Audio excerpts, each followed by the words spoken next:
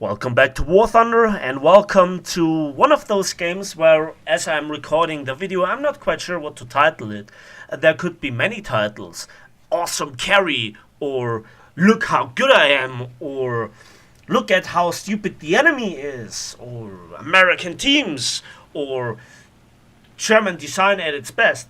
But the story overall is a bit more complicated, which is why a comment on such a video where I tell you about my thoughts while doing the actions that I do is so important to bring it into the right point of view or perspective rather. Also, I want to tell you a little bit about the plane, so a little bit of the confusion might be clarified. So we are looking here at the new Focke-Wulf 190 A5/U2. Wait a second, that's not a new plane, that's a rather old plane. Yes, but now the new plane is actually the Focke-Wulf 190 A5U12, but that's the new plane that replaced the old A5U2. And the new A5U2 now is the one that you had to research and that you have to upgrade again. It has to do with some of the modifications. What we have here is basically the same plane at bat rating 4.7, like the new or old A5U12, and it is now in the folder together with it, and after the normal Focke-Wulf 190 A5. And as armament, we just have two 20mm MG151-20s with 500 rounds. They are mounted in the wing roots, so nothing really new. The only thing that I really miss is the machine guns, but more on this in a moment. First of all, the plane basically got split in half in terms of modification. The old A5U2 was a wide collection of different armaments. You could fly it stock, which made it a decent fighter. Decent but not awesome. Some say it was awesome.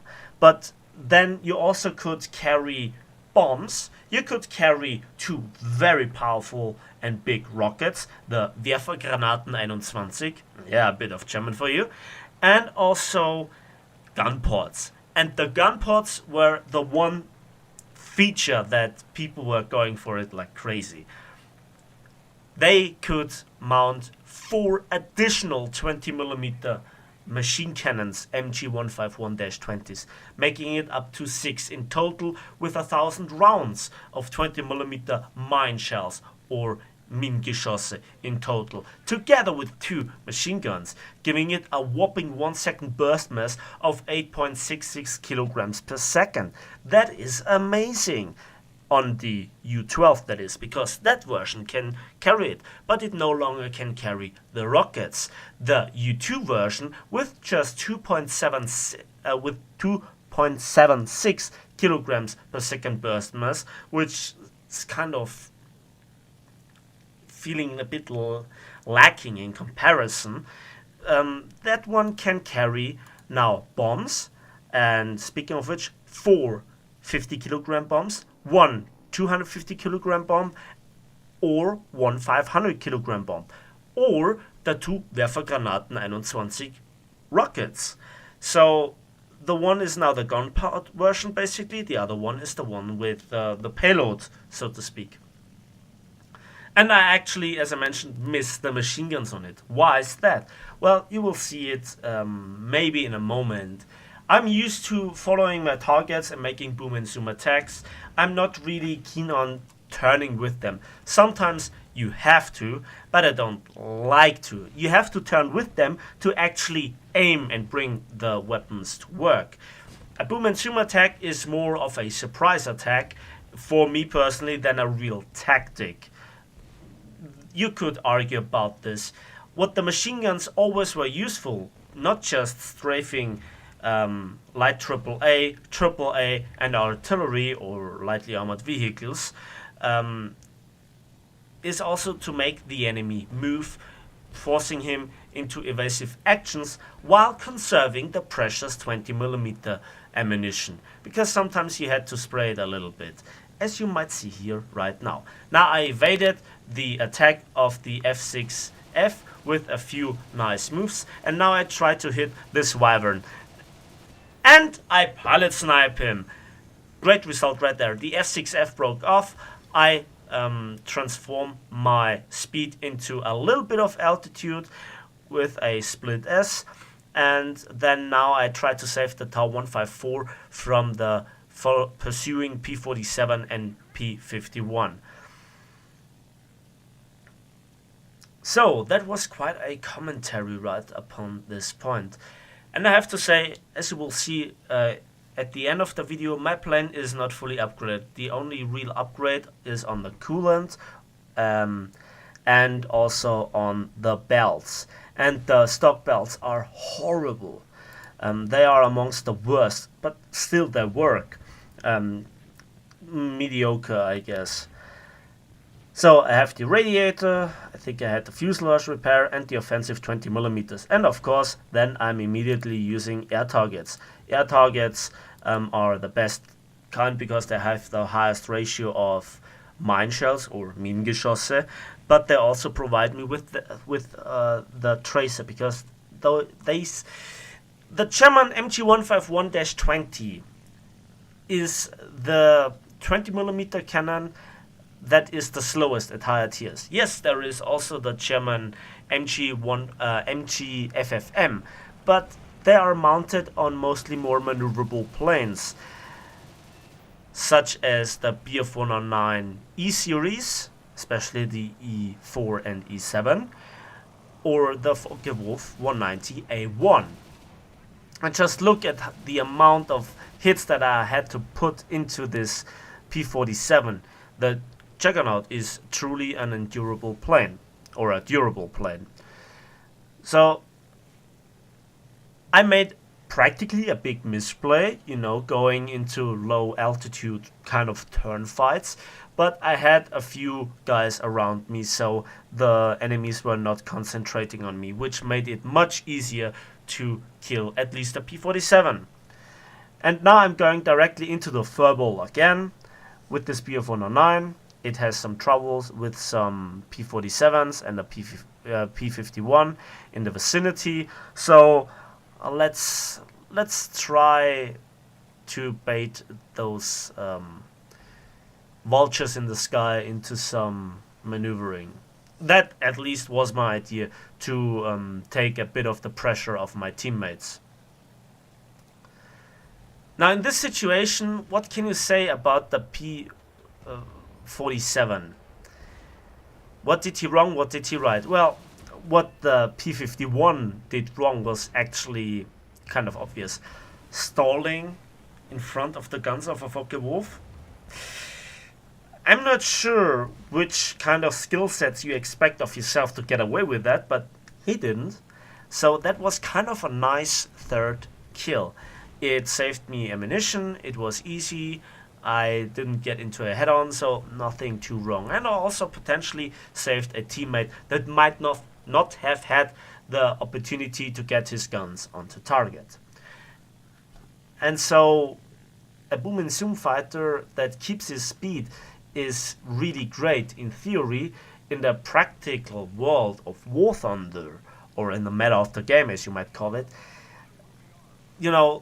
turn fighters are so much easier to make work because, for them it is not impossible to first try to adapt to the boom and zoom tactic, but then have kind of their turning capabilities in reserve. Especially with Japanese planes, it's so bloody obvious. Yes, the P51 might have the better top speed, but it never can, make use of it in practice. And yeah, there is the myth about side climbing. When it works, it's great, but then it's such a huge time investment. With Japanese, you just climb in and turn with the enemies, shoot them down with, 20mm cannons, and you have a nice time, and it's over quite fast. And you get home with a lot of experience. Also, the stock grind is not really that painful on Japanese planes. On planes like the Focke-Wulf, I have to say, in theory, you could expect that it might be really painful, really bad, and so on. But on the other hand, you're facing American players, and I'm not trying to kind of, point with my finger on them, but they very often do some misplay and make it easy. They don't bother to climb at all in most of the cases.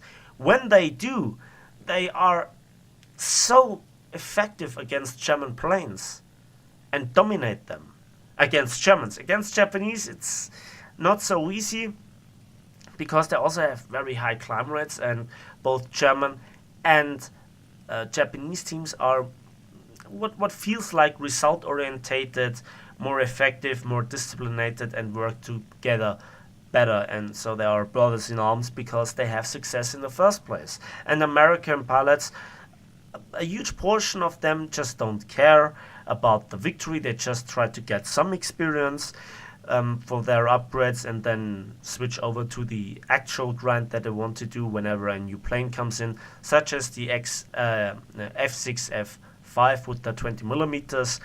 Nice plane, by the way, but again, the teams are not the very best. Also, then there is the bomber spam, and that just leads to that you are mostly on low altitude with no teammates around, not working together, and you're outnumbered, and your bombers can't decide the game for you. That is the real, true reason why so many games get lost for the Allies unnecessarily, because in the overwhelming majority of cases, especially looking at the British, they have fantastic planes, kind of borderline overpowered when I look at the Spitfires. And yes, I don't like the Spitfires for being that easy to make use in War Thunder, but that's kind of a bit hypocritical, considering that I like Japanese planes.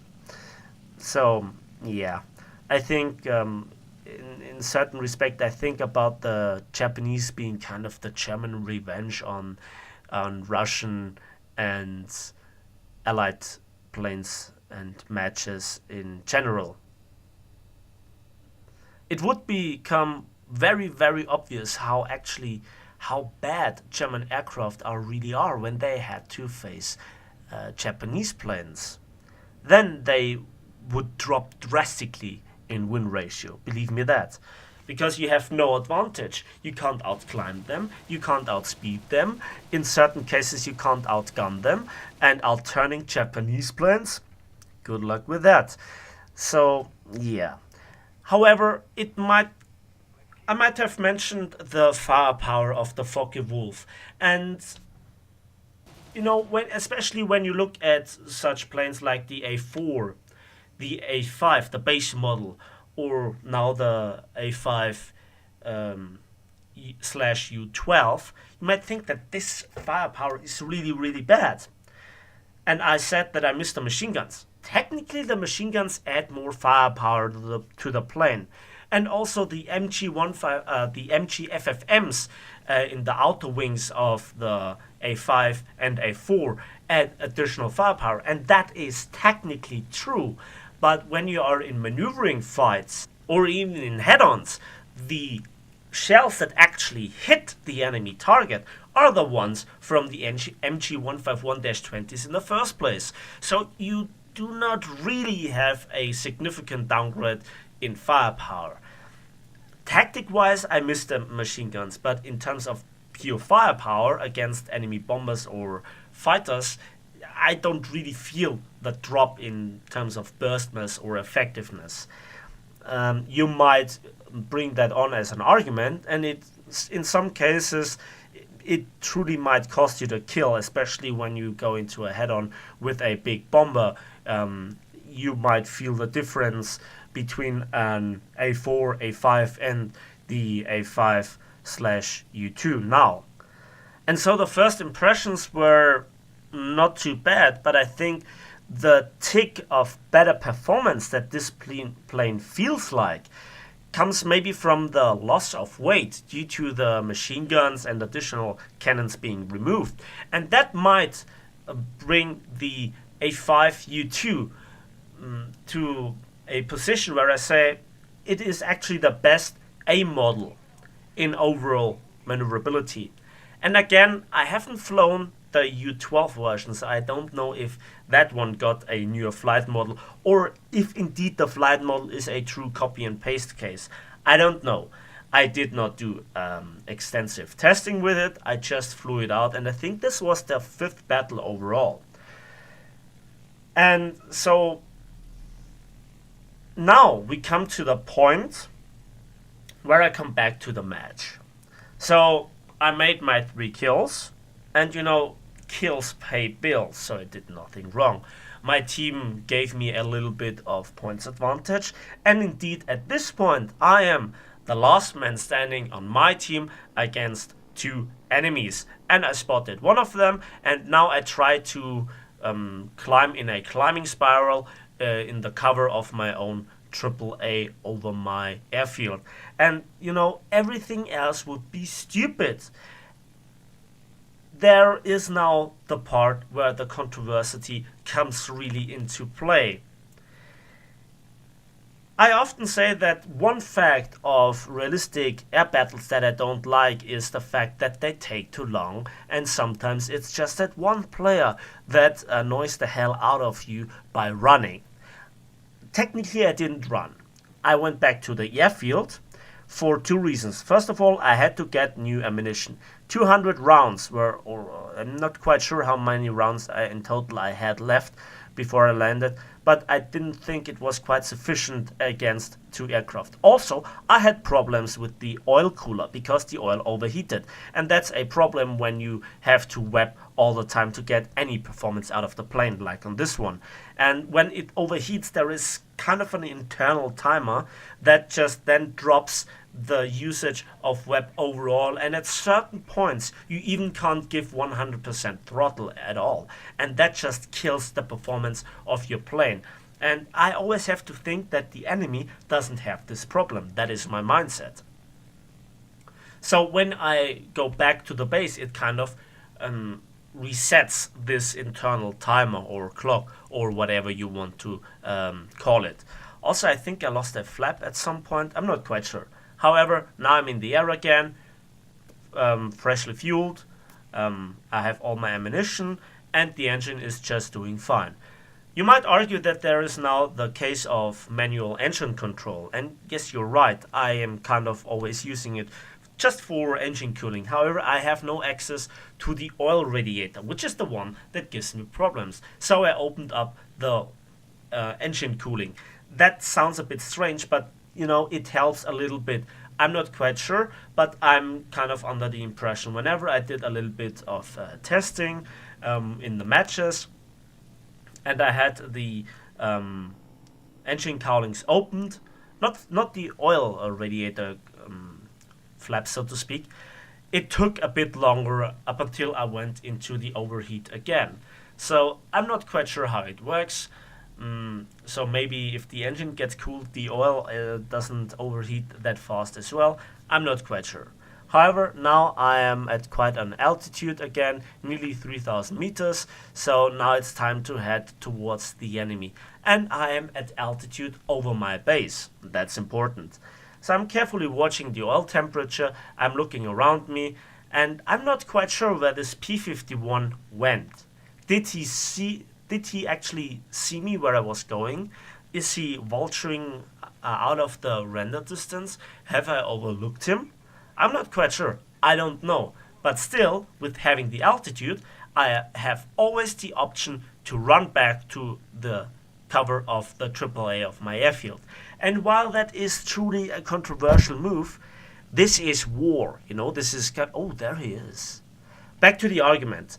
And just look at how painfully slow this plane turns, even with flaps and so on. And I know this is low speed, it is a high boom and zoom fighter, but you never get to the speed, kind of. So, at the end of the day, I want to win. And it is my duty to make the fight as unfair as possible. Gaijin, as the developer, has the duty to kind of provide us with a game that gives equal chance for everybody.